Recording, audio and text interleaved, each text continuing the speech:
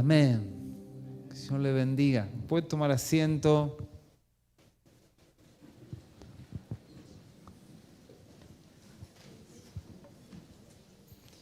Buenas noches para todos. Vengo de Buenos Aires, traje la lluvia. Doy gracias a Dios. Creo que por ahí la mayoría me conocen. Mi nombre es Gabriel Fischer, soy pastor de la Iglesia Congregacional ahí, Vida por Vida en San Nicolás. Así que ya hemos estado varias veces en estos días. Me van a tener que aguantar 3, 4 días.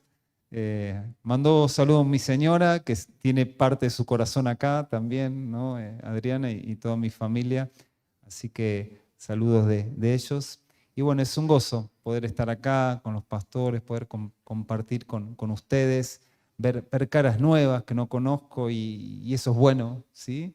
Que tiene que ver con el crecimiento, tiene que ver con lo que Dios está haciendo y con lo que es la iglesia en este tiempo, ¿sí?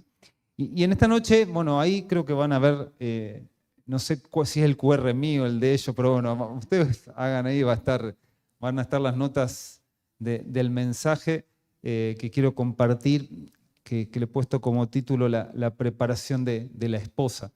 Nosotros vamos a la Biblia, nos vamos a encontrar, el otro día tenía una ceremonia de casamiento y compartía de que algo muy interesante que podemos ver en la Biblia es que la Biblia comienza con una boda y termina con una boda, ¿sí?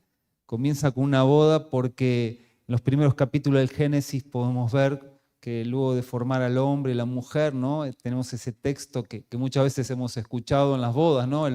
El hombre dejará a su padre, a su madre y se unirá a su mujer y serán una sola carne, que habla ¿no? de esa unión marital que durante toda la palabra podemos ver, ¿no? acerca de ello, pero al final, en el libro Apocalipsis, podemos ver como esa boda, que es la boda de la iglesia, ¿no? Como esposa y Cristo, ¿no? Como el esposo es mencionada y cierra, ¿no? Con ese tiempo tan especial donde Cristo regresa y se reencuentra con su esposa y, como dice el capítulo 19 de Apocalipsis, hay bodas, ¿no? Y durante la palabra, ¿no? Podemos encontrarnos en el libro de Efesios, por ejemplo, capítulo 5, que también el apóstol Pablo habla de los deberes conyugales, pero también se vale del ejemplo de Cristo como esposo y de la iglesia como esposa para reforzar justamente esos principios. Así que para Dios es muy importante las bodas. ¿Alguien se está por casar próximamente? ¿Nadie? Ay, levantó la mano así. No sé si sabían, pero bueno, se va a casar. Así como que fue muy así, muy de... ¿Alguien más? ¿Está el novio? Levanta. Ah, y levantó, está. Y sí, levantó ella primero, era más fácil ahora. Bien, muy bien. Bueno, así que los voy a usar como ejemplo hoy. Así que no, creo que es importante entender, por eso decía, el valor que Dios le da al matrimonio, y que para hablar de la iglesia y para que podamos entender, ¿no? lo que es Cristo y la iglesia, nos habla también de esto. Y hay un pasaje al final también de Apocalipsis, capítulo 22, versículo 17, donde dice, y el espíritu y la esposa dicen, ven, que todos los que oyen esto digan, no me lo agarraron, vamos de nuevo, no pasó nada. El espíritu y la esposa dicen, ven, que todos los que oyen esto digan, muy bien. Todos los que tengan sed vengan, todo aquel que quiera beba gratuitamente del agua de la vida, ¿no? Y aquí vemos que el Espíritu Santo, ¿sí? en este libro que nos habla de los tiempos finales, que en estos días vamos a estar estudiando, nos muestra cómo el Espíritu, ¿no? hace un llamado al cual incluye a la iglesia, ¿no? que es la esposa, y este llamado es justamente, Maranata, es un clamor por el regreso de Cristo, por el regreso del esposo. Y algo que tenemos que ser conscientes que a medida que llegue el tiempo, la temporada, ¿no? Saben que hay dos términos o dos términos para utilizar la palabra tiempo, principalmente en la Biblia. Uno es cronos, que tiene que ver con el tiempo que nosotros conocemos, físico, pero después está el término kairos, que tiene que ver con temporada, con tiempo propicio, tiempo de Dios. Y algo que creo que es clave en este tiempo, y hay profecías sobre esto, es que como hijo de Dios podamos saber y ser entendidos en estos tiempos, ¿no? Y a medida que vayamos siendo más entendidos en cuándo es la temporada, porque nadie sabe ni el día ni la hora que Cristo va a regresar, pero sí la Biblia nos habla de temporadas, ¿sí? Mateo 24, y hay otros pasajes que nos muestran que cuando sepamos que ciertas cosas se van dando, ciertas temporadas son propicias por justamente acciones que se van a estar dando en este mundo, la iglesia cada vez más va a empezar a tomar protagonismo y va a empezar a tomar conciencia de su identidad como esposa, su identidad como esposa, y junto con el Espíritu va a clamar: ven Señor Jesús. Y este clamor se va a intensificar cada vez más. Es como, ¿cómo es tu nombre?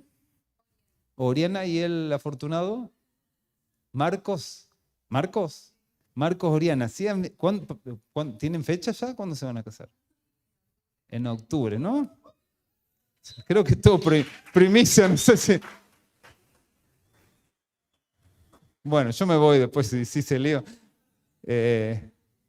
No, yo porque allá en San Nicolás les digo, cuando hay un casamiento cercano, les digo a los novios que me digan por lo menos un año antes, porque tienen una puntería que ponen fechas siempre en dos eventos que yo no puedo estar, ¿no? Entonces le digo, pero a veces me entero solo, ¿no? Nadie sabe y me entero un año antes, así que espero que no haya sido que nadie sabía y ahora se enteraron todos. Pero bueno, a medida que va llegando octubre, es como que uno está esperando ese momento, ¿no? Cada vez más, ¿no? Y creo que a medida que vayamos entendiendo la temporada del regreso a Cristo, el clamor, ven Señor Jesús, se va a intensificar.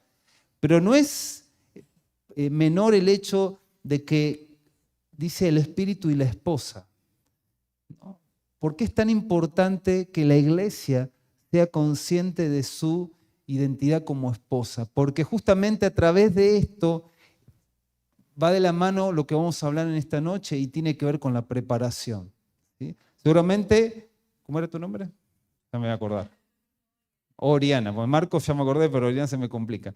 Seguramente Marco y Oriana se están preparando, ¿no? Para octubre, ¿sí? ¿Hace cuánto que vienen preparándose? Desde enero con la fecha, ¿no? Y seguramente antes, hay personas que por ahí ni novio tienen y ya se están preparando, ¿sí?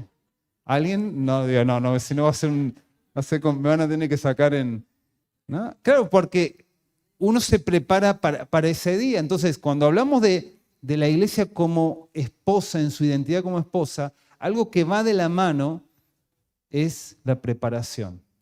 Y creo que es clave entender esto, porque lo que vamos a hablar en esta noche tiene que ver con cómo nos tenemos que preparar como iglesia y cómo esa preparación para ese día afecta también nuestro hoy, ¿no? Nuestra vida hoy, ¿no? Porque muchas veces se ha malinterpretado que hablar del regreso de Cristo es un llamado a la vagancia o un llamado a la inactividad, es un llamado a la pasividad, decir, bueno, Cristo viene pronto, no hagamos nada, ¿no? Y creo que muchos años atrás, en un momento hubo una malinterpretación, ¿no? Pensando de que Cristo regresaba, entonces no estudiemos, no hagamos esto.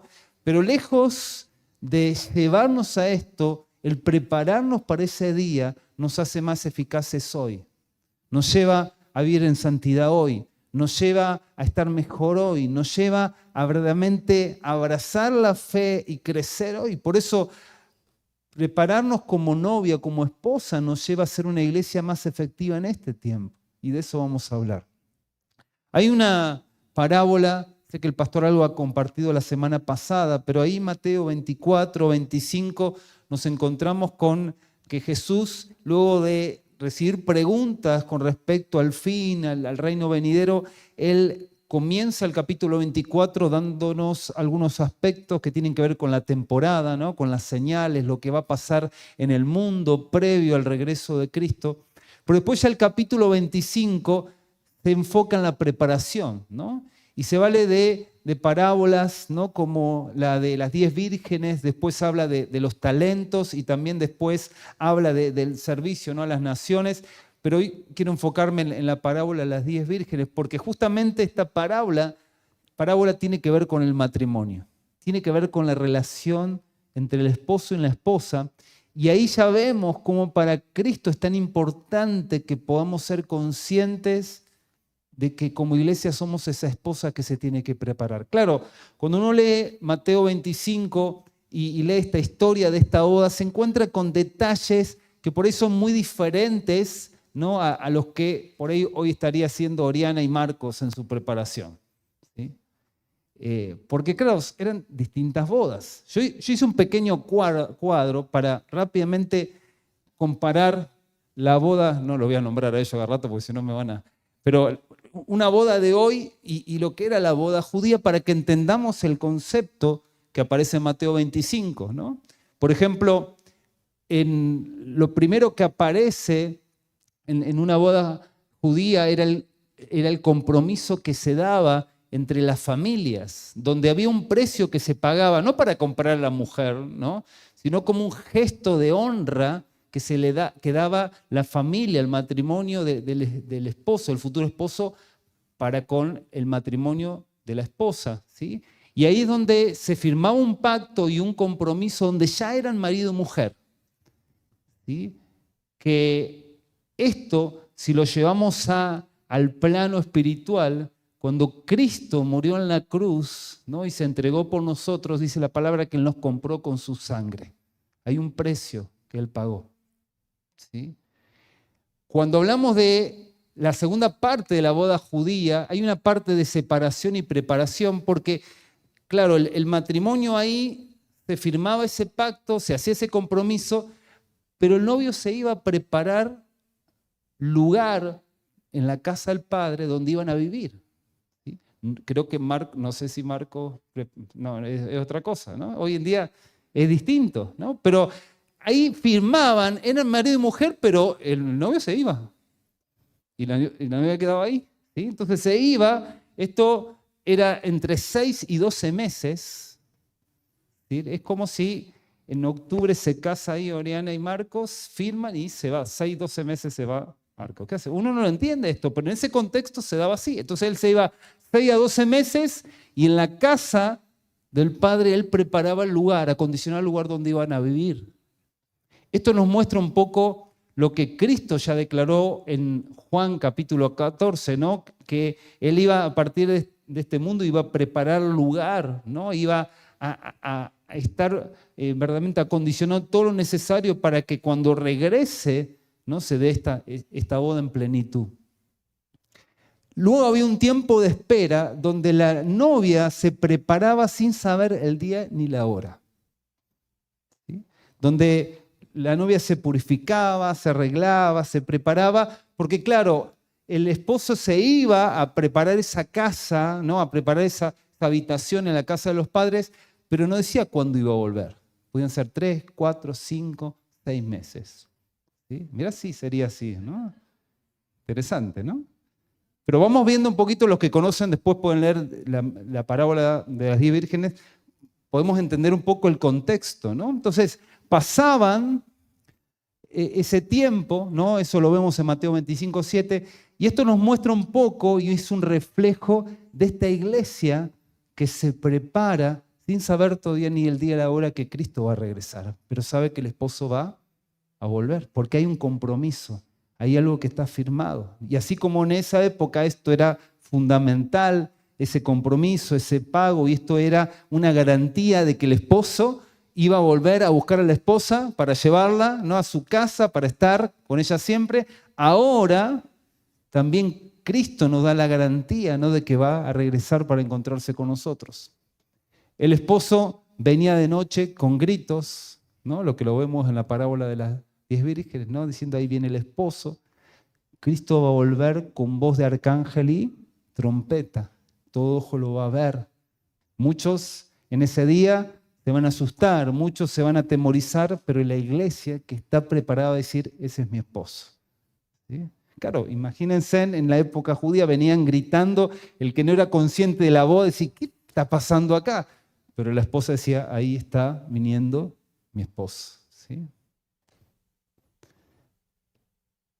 7 días de fiesta puerta cerrada. Imagínense, Marco y Oriana, 7 días de fiesta. Cuesta hacer una de un día, de una hora, imagínense 7 días, ¿no?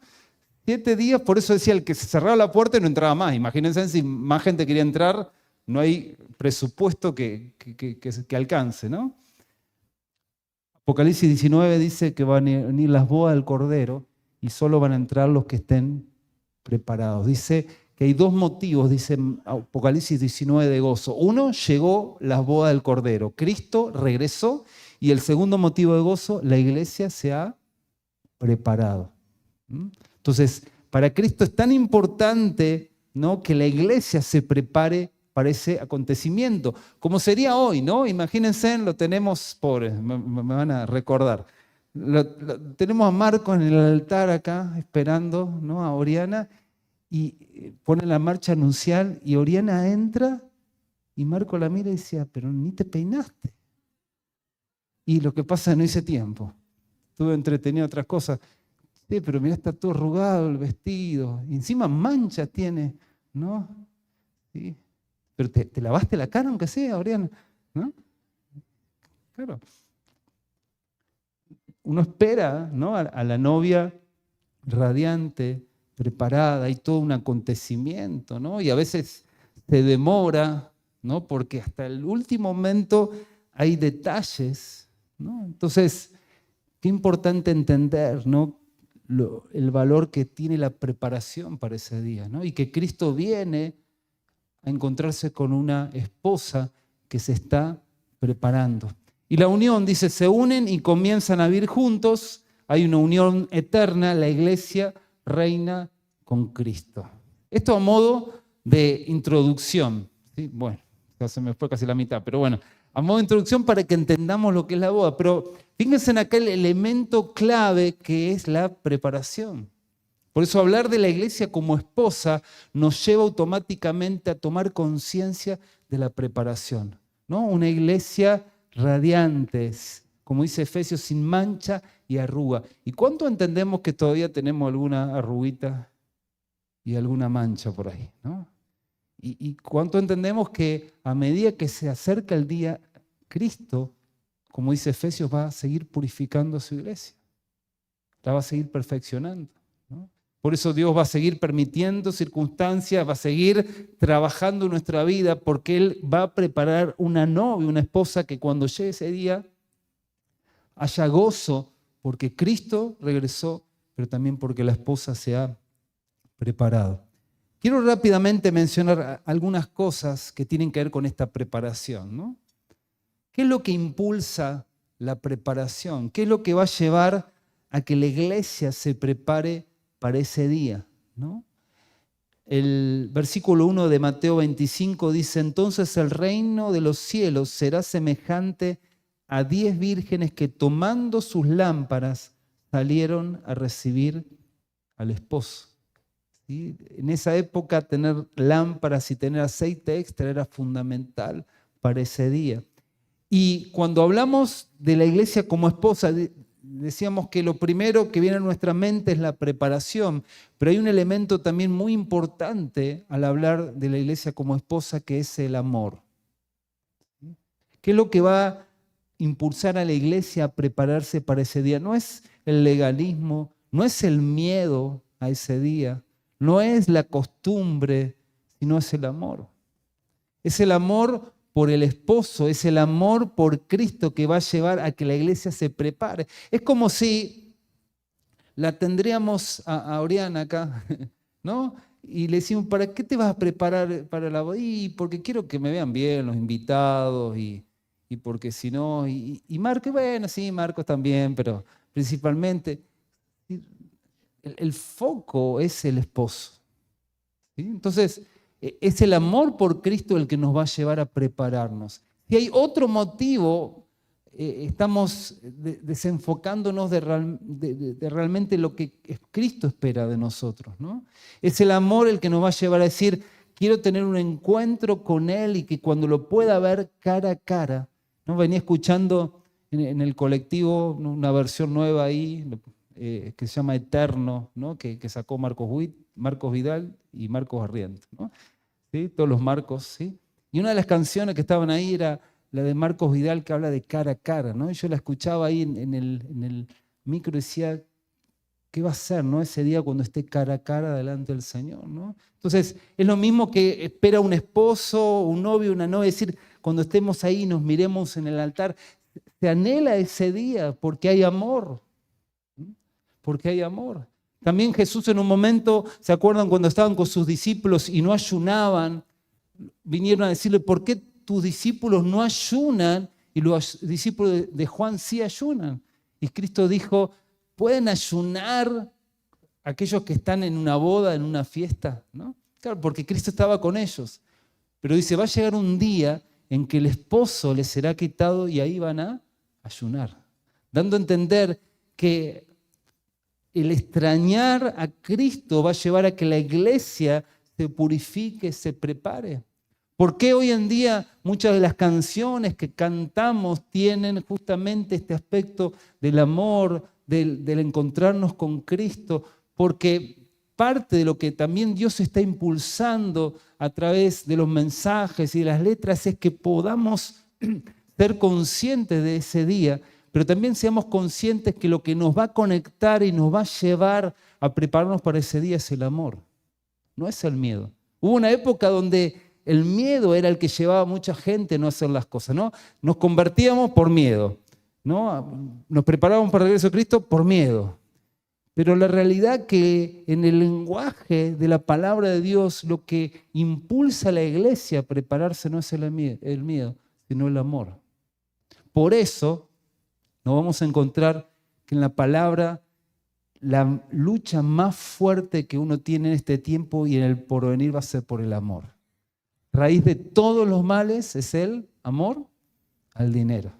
Mateo 24 dice que el amor de muchos se va a enfriar.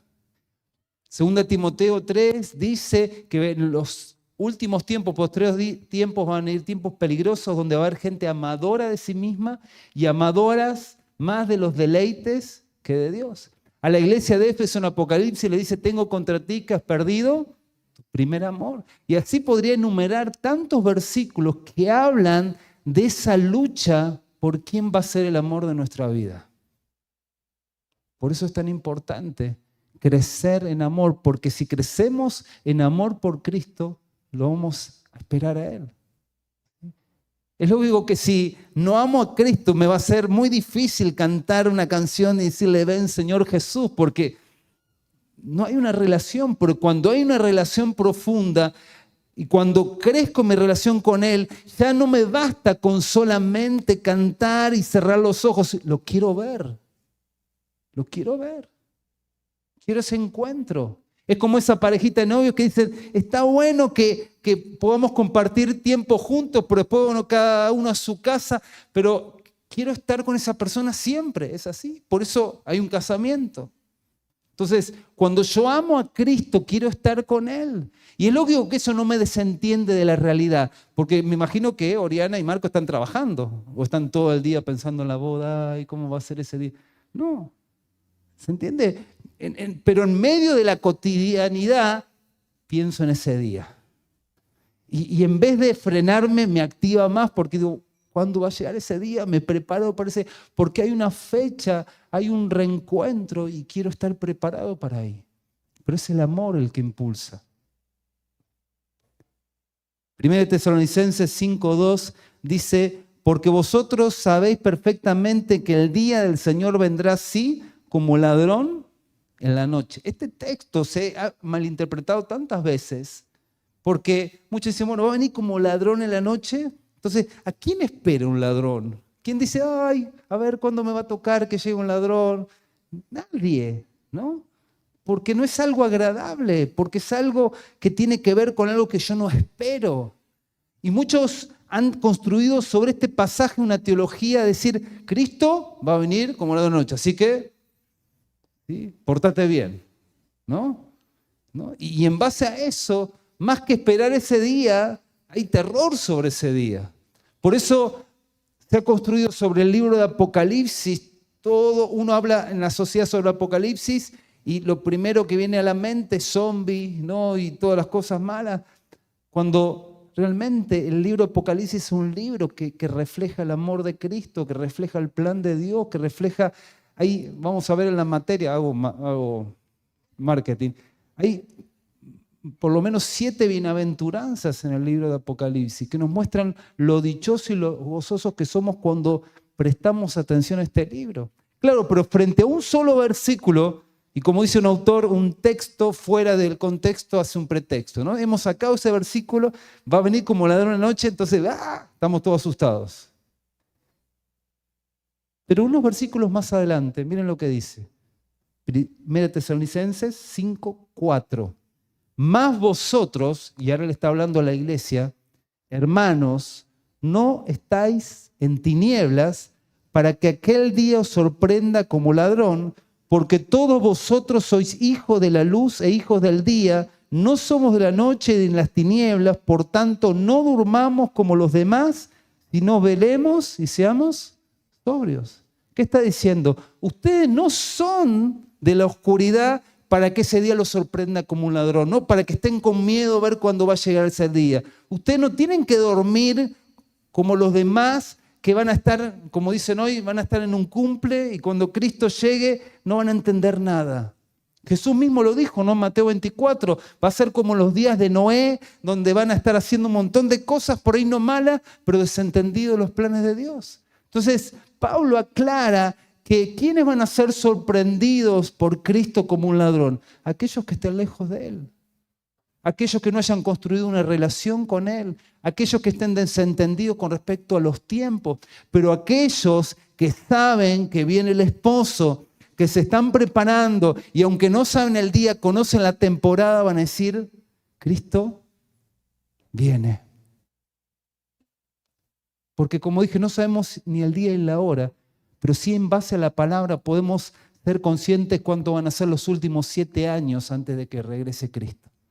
Y yo me imagino que aquel que puede llegar a estar viviendo ese tiempo, no sabemos cuándo va a ser, va a decir, faltan, no sé, 2 años y medio, faltan 3 años, viene el esposo, ¿sí? Pero claro, el que esté desentendido de la palabra, si alguien quiere saber más de esto, venga al estudio de Apocalipsis. Si alguien está desentendido de los tiempos, es lógico que va a decir, ¿qué está pasando en la sociedad? Pero aquel que ame a Cristo, que esté con Cristo, que se prepare, va a decir, llega el esposo. Por eso es tan importante el lenguaje del amor y tan importante amar al Señor. Miren el apóstol Pablo en 2 Timoteo 4:7 hace una declaración a su hijo espiritual Timoteo, ya terminando él con su ministerio, ¿no? Ya cerrando su etapa ministerial, pronto a partir, dice, he peleado la buena batalla, he acabado la carrera, he guardado la fe, por lo demás me está guardada la corona de justicia, la cual me dará el Señor juez justo en aquel día, y no solo a mí, sino también a quienes, a todos los que aman su venida. ¿Sí? Porque claro, nosotros no amamos un evento, no esperamos un evento, esperamos a una persona. Y dice, yo peleé la buena batalla, yo estoy terminando correr hasta el final, guardé la fe, me espera una corona de justicia, pero no solo a mí, sino a todos los que aman su venida. Pablo entendía que lo que lo llevaba y lo que era el motor para él para perseverar hasta el final, ¿qué era? Amar a Cristo. Y esperar, como decía el autor, ¿no?, de la canción, cuando lo vea cara a cara a Él. Entonces, el amar a Cristo, el crecer en mi relación con Él va a ser clave. Por eso la iglesia de Éfeso, ¿no?, ahí en Apocalipsis, dice, está bueno todo lo que hacen, todo lo que construyen, todo lo que trabajan, pero tengo algo contra ustedes, que han perdido su primer amor. Y es un reflejo de lo que va a pasar. Lo que va a pasar aún con los creyentes, que aún estando en un montón de cosas buenas, por no construir una relación con Dios, se van a enfriar. pero los que aman a Cristo y su venida van a perseverar hasta el final. Pero un poquito más adelante, Pablo está saludando ahí a sus colaboradores y luego de hacer esta declaración, decir, estoy terminando, perseveré hasta el final y me espera esa corona, dice algo muy interesante. Dice en el versículo 7 y 8, porque Demas me ha desamparado amando este mundo y se ha ido a Tesalónica. Demas aparece 3 veces más o menos en los relatos de Pablo, pero siempre aparece en los listados de colaboradores directos de Pablo. ¿Cuántos en este lugar habrían querido estar en el grupo pequeño de Pablo? Habrá sido bravo, ¿no? Igual Pablo. Miraste si llegabas tarde al grupo pequeño. Yo me imagino que Pablo, ¿no? Pero la sabiduría, ¿no? Bueno, Demas estaba dentro de sus próximos. Es decir, conocía su corazón, ¿no? Podía escuchar sus palabras. Y aunque lo vemos a Pablo fuerte en sus convicciones, también vemos ese corazón de padre, ¿no? Que él tiene para con Timoteo, donde él abre su corazón, se muestra vulnerable.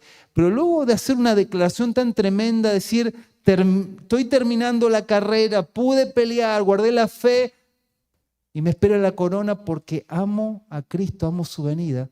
Dice, Demas me ha desamparado, ¿no? Lo hace personal y dice, amando más o amando este mundo. Más allá de que Demas era alguien cercano a Pablo, en un momento priorizó otras cosas. En un momento su corazón se alejó y prefirió alejarse del ministerio. ¿Qué quiero decir con esto? Que no depende de los años que estemos en la iglesia, no depende ni aún de los líderes con los que nos rodeemos. Si no crecemos en nuestro amor por Cristo, es muy fácil que otras cosas ocupen su lugar. Que nos entretengamos y que amemos más la obra de Dios que al Dios de la obra, ¿sí? Que amemos más, como dice también allí en la palabra, ¿no? Que los fariseos y muchos se convertían, pero porque amaban más los honores de este mundo, decidieron no publicar a Cristo. Es decir, necesitamos crecer en nuestro amor por Él, porque eso nos va a llevar a prepararnos hasta el final.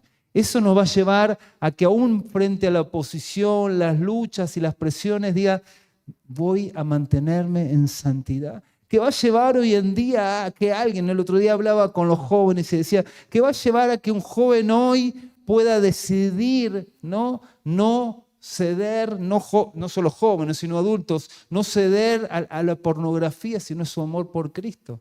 Yo me acuerdo cuando era adolescente, ¿no? Y por ahí no iba a la iglesia por costumbre, no era convertido, ¿no? El consumir pornografía no era fácil.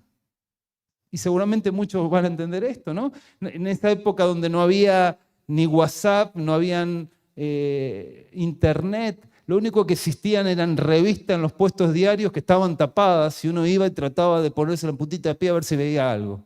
Eso era lo que hacíamos con los chicos. Claro. Entonces había que hacer toda una logística porque si alguien te miraba, veía haciendo eso, decía, ¿de quién es hijo este que está ahí? ¿No? O a lo sumo en la escuela, cuando ya era más grande, técnica, alguien llevaba alguna revista de los padres. Pero hoy en día es un clic. Y hoy está haciendo estragos la pornografía y está justamente corrompiendo a las personas y corrompiendo el amor puro y la pureza, porque está un clic. ¿Y qué va a hacer que un joven, frente a una situación donde nadie lo vea, nadie lo controle, diga, no, esto no voy a mirar? Amor por Cristo. Amar tanto a Cristo que decir, yo lo quiero ver a Él. Y la Biblia dice, bienaventurados los de limpio corazón, porque ellos verán a Dios. Yo no quiero que nada contamine mis ojos, porque la Biblia también dice que la lámpara del cuerpo es el ojo, y si mi ojo es maligno, todo mi cuerpo está lleno de tinieblas. Entonces, ¿qué va a hacer que una persona, y solo di este ejemplo de la pornografía, pero podrían haber otros ejemplos, qué va a hacer que una persona diga, no voy a ceder al pecado, voy a vivir en santidad?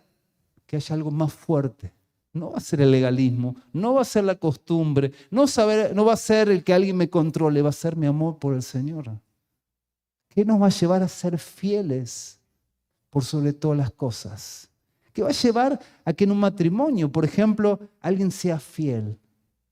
Imagínense si una persona le dice, mi amor, yo te soy fiel porque hasta ahora no he tenido oportunidades de engañarte. Ah, bueno, te va a decir, ¿no? Mientras me controlan y mientras tenga gente alrededor, te voy a ser fiel, ¿eh? Pero si en algún momento estoy solo y nadie me ve, no sé. ¿Suena lindo eso? ¿Cómo lo llevamos a Cristo? ¿Sí? ¿Cómo nos mantenemos fieles a Él? Es el amor. Es algo mucho mayor que un simple sentido de respeto o de ley o de control. Es amarlo a Él. Por eso es tan importante crecer en nuestro amor por Él. Pensar en la boda nos lleva a prepararnos. Cuanto más amamos a alguien, queremos estar con esa persona.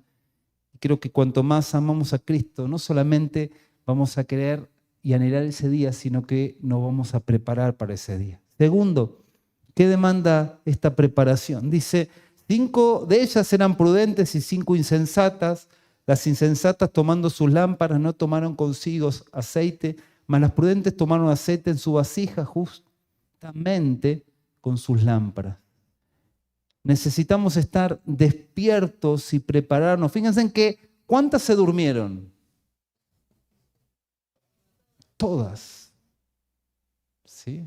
Ya le queremos echar la culpa a todas. Se durmieron todas. La imprudente no llevaron aceite, pero se durmieron todas.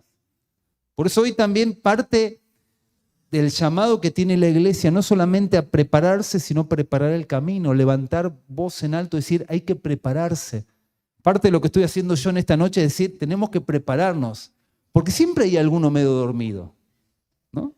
En los cultos también, ¿sí? No voy a hacer ninguna prueba acá. Pero entonces se necesita que alguien levante una voz y decir, hay que prepararse. ¿Y cómo nos dormimos? Y nos dormimos en las actividades diarias.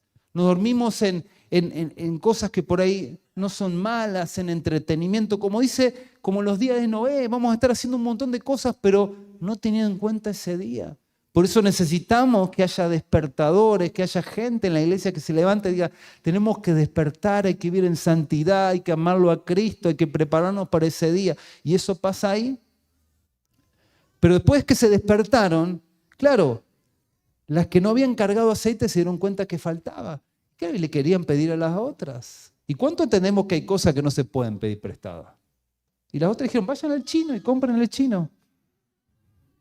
A la vuelta, ¿no? Siempre hay un chino, calculo que había ahí también. Pero, claro, porque no le podían dar de su aceite. Y aquí hay algo muy importante, hay cosas que nosotros tenemos que preparar. Yo no puedo depender de otro. Yo no puedo depender de la vida espiritual de otro. Puedo ser inspirado por otra persona. Puedo ser alimentado. Y gloria a Dios, dice Mateo 24, que es bueno el Señor que da alimento a su tiempo, ¿no? Y la comida que se necesita para este tiempo. ¿Y cuánto entendemos que necesitamos en este tiempo comer bien espiritualmente?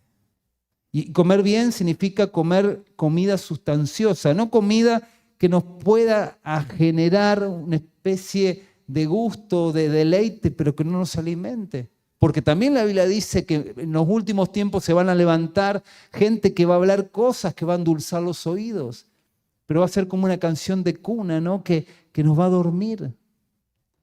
Pero acá dice que estas no le pudieron prestar, porque claro, hay cosas que no podemos pedir prestado. No puedo pedir prestado una vida espiritual. Hay cosas que yo no puedo construir o preparar a último momento.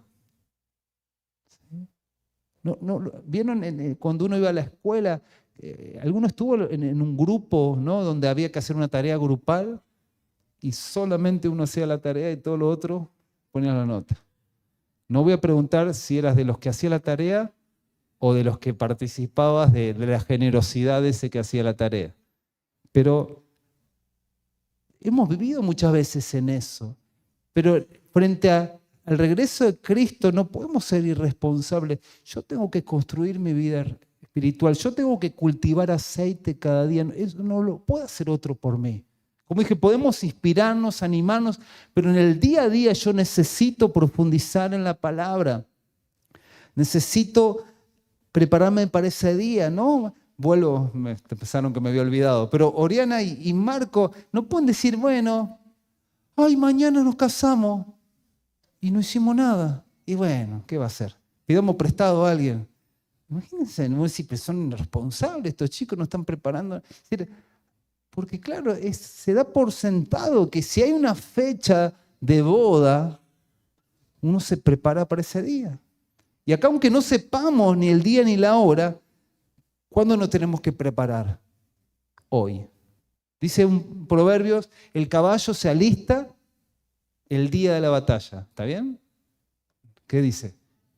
Para el día. Significa que hoy yo me tengo que preparar, hoy tengo que cultivar aceite. No decir, bueno, más adelante vemos qué pasa. No es así. Y más teniendo justamente tantas profecías y tantas palabras que nos muestran la importancia que nos preparemos ese día. Esta preparación, como dije hoy, no nos aísla del hoy, sino que nos convierte en personas más eficaces hoy.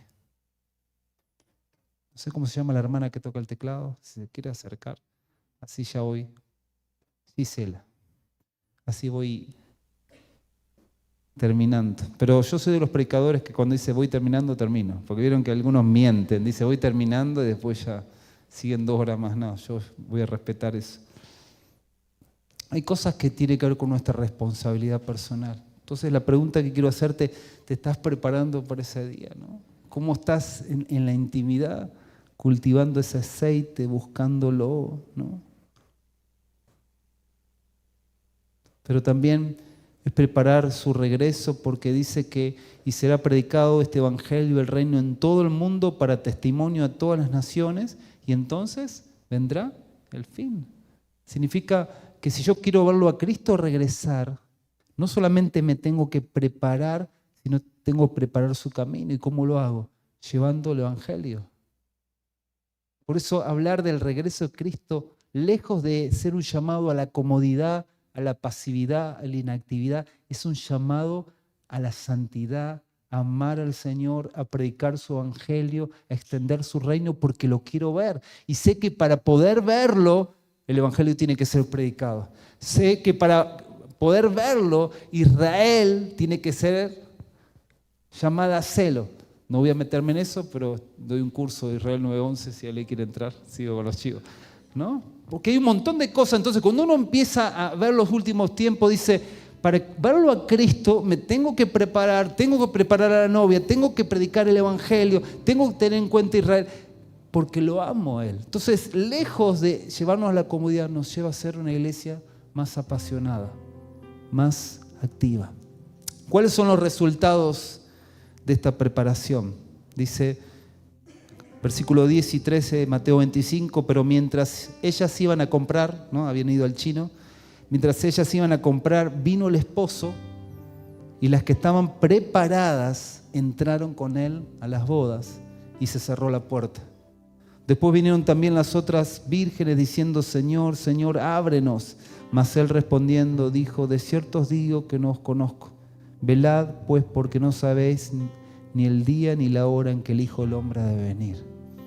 Y esto nos refleja el hecho de que tenemos que prepararnos hasta el final. La carrera es hasta el final. No es decir, bueno, más adelante me preparo. ¿Sí? Más adelante veo qué hago. ¿Sí? No, hoy es el tiempo para prepararme. Hoy es el tiempo porque cuando me preparo voy a estar más fuerte. Nosotros tenemos un énfasis muy fuerte con los niños porque entendemos que los tenemos que preparar a ellos, ¿no? Hicimos un análisis hipotético, decir, bueno, ¿quiénes son los que más probabilidades tienen de verlo a Cristo cara a cara, ¿no? Entonces dijimos, bueno, los adultos mayores y estamos ahí, ¿no? Tienen que pasar cosas todavía, ¿no? Entendiendo las profecías, dijimos, lo más probable es que podamos ser los niños. Entonces, ¿Qué dice? Que cuando Cristo, en la temporada que Cristo regrese, va a haber cosas muy difíciles. Entonces, ¿cómo los preparamos a los niños para ese día? Entonces empezamos a buscar profecías donde habla de lo que va a pasar, de lo que se va a vivir, y dijimos, hay que prepararlos. Entonces, eso marca el rumbo de la iglesia. Eso marca la preparación de la iglesia. No decir, bueno, a ver, ¿qué pinta? ¿Qué hacemos como iglesia? ¿Qué nos gusta? No.